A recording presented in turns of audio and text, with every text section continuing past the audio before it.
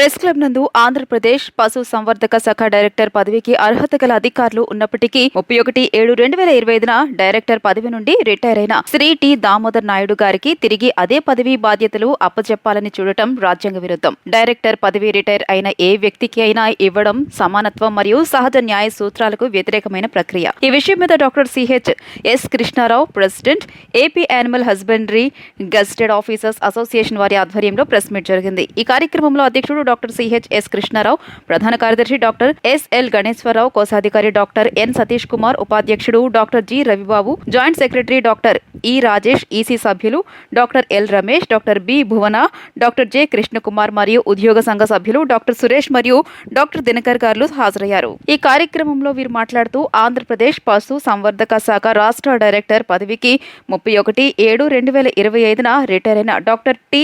దామోదర్ నాయుడిని తిరిగి డైరెక్టర్ పదవికి కాంట్రాక్ట్ పద్ధతిలో నియమించాలనుకోవడం రాజ్యాంగ విరుద్ధమని అన్నారు. పశు సంవర్ధక శాఖలో డైరెక్టర్ పదవికి అర్హత గల అధికారులు ఉన్నప్పటికీ సీనియారిటీ నియమాలు, ప్రమోషన్ రూల్స్ మరియు స్పష్టమైన నియామక ప్రక్రియ ఉన్నప్పటికీ వాటన్నిటినీ పాటించకుండా డిపార్ట్మెంట్లోని అన్ని ఉద్యోగ సంఘాలు వ్యతిరేకిస్తున్నప్పటికీ రిటైర్ అయిన అధికారిని తిరిగి అదే పదవిని అప్పచెప్పాలనే ప్రయత్నం చేయడంను పశు సంవర్ధక శాఖ ఉద్యోగ సంఘాలు తీవ్రంగా వ్యతిరేకిస్తున్నాయి. వెటర్నరీ డాక్టర్ నుండి డైరెక్టర్ వరకు ఒక పద్ధతి ప్రకారం నడుస్తున్న ప్రమోషనల్ ఛానల్ దెబ్బతిని అందరూ నష్టపోయే పరిస్థితి వస్తుందని మరియు సీనియారిటీ హక్కులను కోల్పోయే పరిస్థితి ఉందని తెలియజేశారు. Good morning to all. ఇక్కడికి వచ్చిన పాత్రికేయులకు మరియు ప్రింట్ అండ్ ఎలక్ట్రానిక్ మీడియా అందరికీ ప్రత్యేక ధన్యవాదాలు. ఈరోజు విజయవాడ ప్రెస్ క్లబ్లో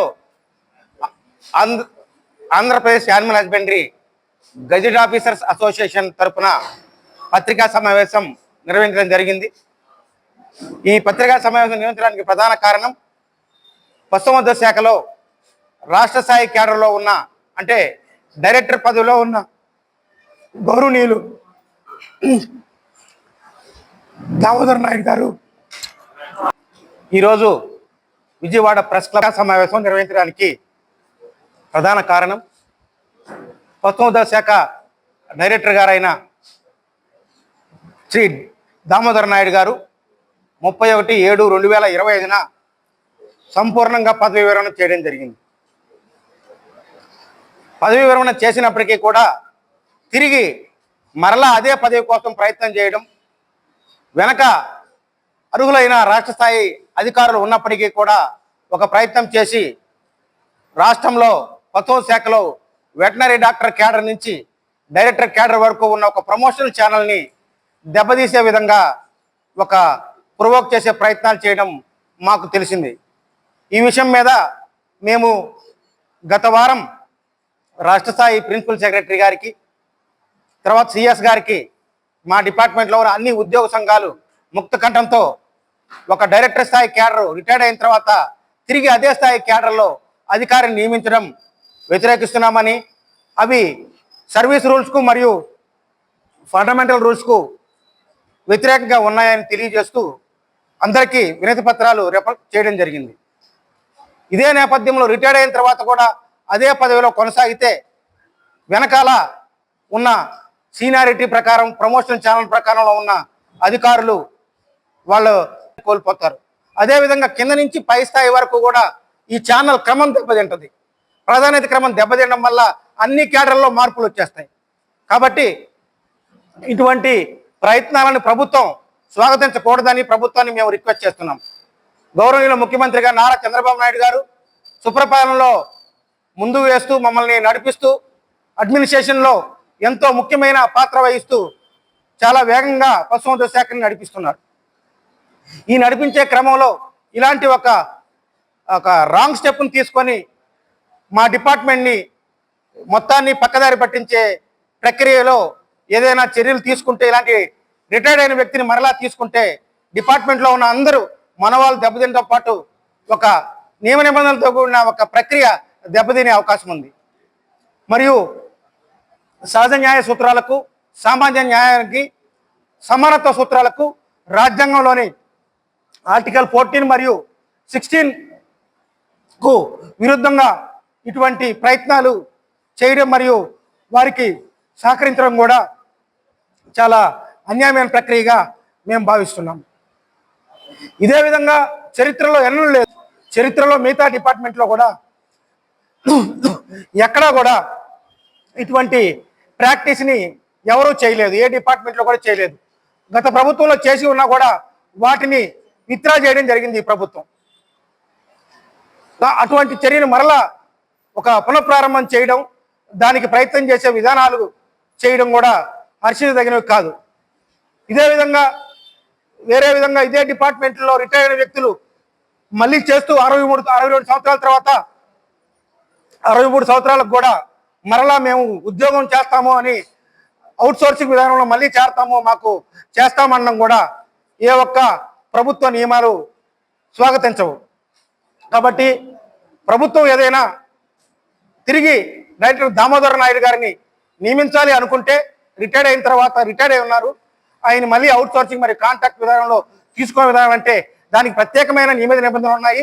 తిరిగి మరలా అదే డిపార్ట్మెంట్లో అదే శాఖకు సంబంధించిన పోస్టు ఆయనకి ఇస్తే మిగతా వాళ్ళ అవకాశాలని కొల్లగొట్టినట్టు అవుతుంది. కాబట్టి ఆయనకి జియో నెంబర్ 1466 ప్రకారము 3 IAS ద్వారా స్క్రీనింగ్ కమిటీ నియమించి ఏదైనా శాఖకు ఒక గౌరవ ఇదే స్థానంలో కాకుండా వేరేది ఏదైనా గౌరవప్రదమైన పోస్టు ఇచ్చి అతని గౌరవించే పదవి ఇస్తే మాకు ఎటువంటి అభ్యంతరం లేదని మేము పత్రికాముఖంగా ప్రభుత్వాన్ని కోరుతున్నాం. We are not against individuals.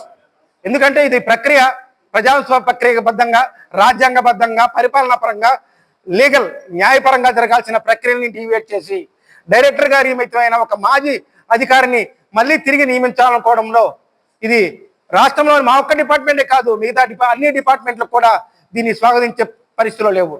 ఇటీవల NGO నాయకులు మరియు రెవెన్యూ అసోసియేషన్ నాయకులు బొప్పరాజు గారు కూడా ప్రభుత్వ ప్రధాన కార్యదర్శిని మరియు CMO పేషీని కూడా కలిసి ఈ ప్రక్రియ చాలా రాజ్యాంగ నియమాలకు విరుద్ధంగా ఉందని దయచేసి పరిశీలించమని కోరడం జరిగింది.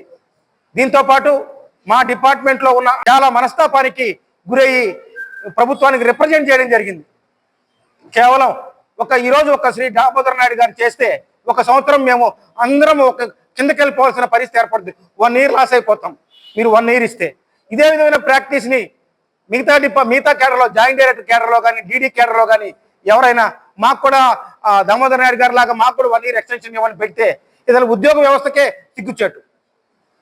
ఓ పక్క యానిమల్ హస్బెండరీలో వెటనరీ డాక్టర్స్ చేరినప్పటి నుంచి నెక్స్ట్ క్యాడర్కి వెళ్ళే వరకు, ప్రమోషన్ ఛానల్కి వెళ్ళేంత వరకు ఒక్కొక్క డాక్టర్కి 20 సంవత్సరాలు పడుతుంది ప్రమోషన్కి వెళ్ళడానికి.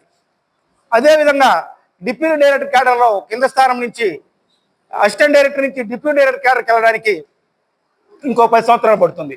అలా ఎంతో వెనకబడిన రాష్ట్రంలో ఏ డిపార్ట్మెంట్లో లేని వెనకబడిన ప్రమోషన్ ఛానల్ ఉన్న మా డిపార్ట్మెంట్లో మరలా ఒక వ్యక్తిని తీసుకొని, రిటైర్డ్ అయిన వ్యక్తిని తీసుకొచ్చి మరలా పెడితే అసలు మొత్తం ప్రమోషన్ వ్యవస్థకే ఒక సిగ్గుచేటు అని చెప్పి అసలుకి అనిపిస్తూ ఉంది.